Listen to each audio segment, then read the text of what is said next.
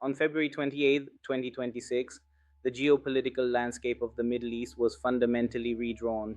In a series of precision strikes known as Operation Epic Fury, the United States and Israel dismantled decades of Iranian military and nuclear infrastructure. Today, we go beyond the headlines to explain exactly what happened, the intelligence that led to this moment, and the secret diplomacy that was shattered in the process. The road to this conflict wasn't built overnight.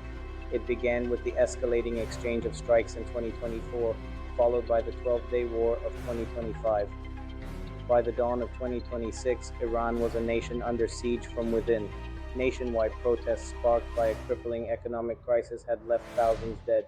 As the regime struggled to maintain control, the Trump administration saw an opening, not just for containment, but for transformation. Unknown to the world, a breakthrough was occurring in the quiet halls of Muscat. Omani mediators had brokered a deal that many thought impossible. On February 27th, just 24 hours before the strikes, Iran had reportedly agreed to zero accumulation of nuclear material and full IAEA verification. Peace was within reach, but for the hardliners in Washington and Tel Aviv, the risk of a deceptive regime outweighed the promise of a signed paper. The first targets were the crown jewels of Iran's nuclear research, Parchin, a facility shrouded in secrecy for decades. Here, intelligence suggested Iran had resumed high-explosive research vital for nuclear warhead design.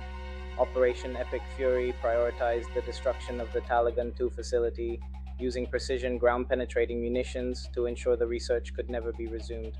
Then there was Fordo. Buried nearly 80 meters beneath a mountain, it was considered Iran's most resilient nuclear site. Dug into the earth to withstand conventional airstrikes, it became the testing ground for the newest generation of American bunker busters. By targeting the entrances and internal power grids, the coalition effectively buried the advanced IR-6 centrifuges inside their own mountain fortress. The most consequential moment occurred at 9:27 a.m. Tehran time. An Israeli airstrike, coordinated with US intelligence, struck the compound of Ayatollah Ali Khamenei. In a single moment, the architect of the Islamic Republic was gone. While the regime declared 40 days of mourning, reports began to filter out of celebrations in the more secular neighborhoods of Tehran, a nation divided by grief and a sudden, terrifying hope. Iran's response was swift and asymmetric.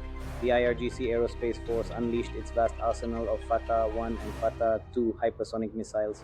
Bases from Bahrain to Iraq came under fire, but the coalition was prepared.